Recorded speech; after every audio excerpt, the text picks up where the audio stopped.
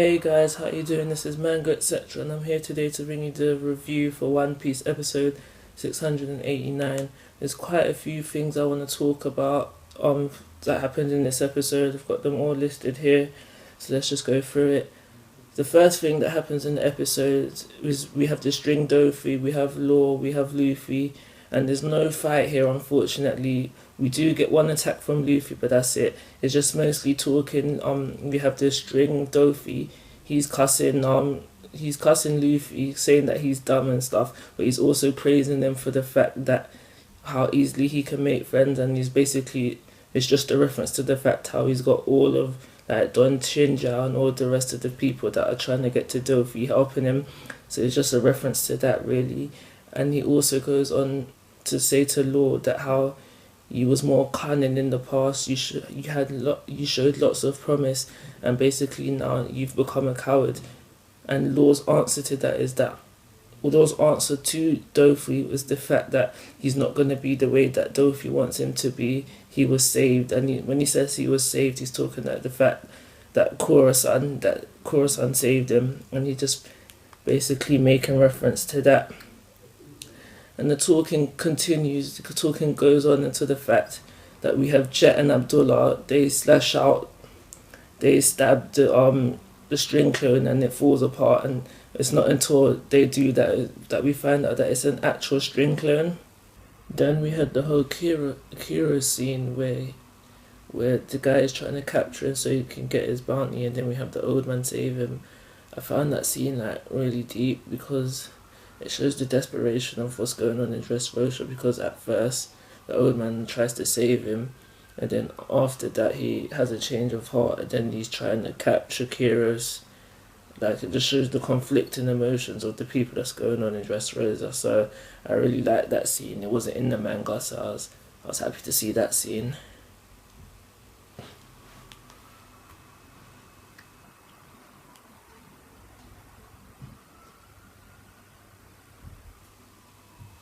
And then after that, we basically have Jet and Abdullah next. They tell us what we already know about how Kelly Funk set up as a trap, how it's not really a shortcut, how the Dofi string clone took out Kelly Funk and the people that he was with.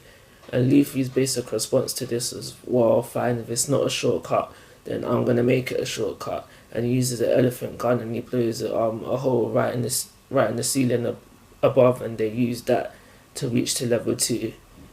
On level 2 now we have Don Shinja, the guy from the Long Arm tribe, and etc. If you've seen the episode, you know who I'm talking about. But also, who else is there? Is Dofi's boys, the executives, like, you know, like Baby 5, Mark Vice, etc. They're there as well, and they're just watching Don Shinja and everybody else doing what they're doing, and that's it for that bit.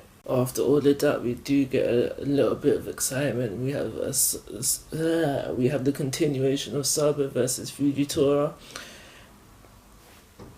Nothing much to say on that. It was just really good to see that Saba is just a really hype character already as it is. So like when I saw Saba on my screen, like, it was more like, so imagine I was like this watching the episode.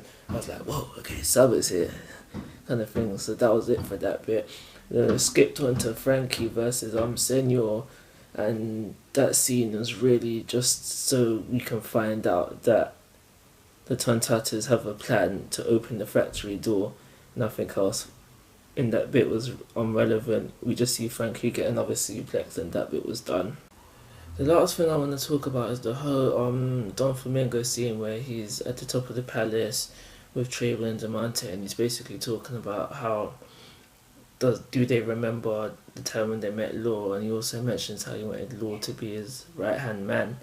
And then we go into a flashback and we see Law as a kid, and he somehow managed to get into Doflamingo's base or ship, I think it was a base, and get to see him face to face, and he's basically there and he's speaking to Dofi now, and he's telling him, let me join your crew because I want to destroy things, I want to kill people, etc. And he also mentions that how he's from the white town called Flavance, and that he's also going to die in very soon, and Doflamingo was shocked by this.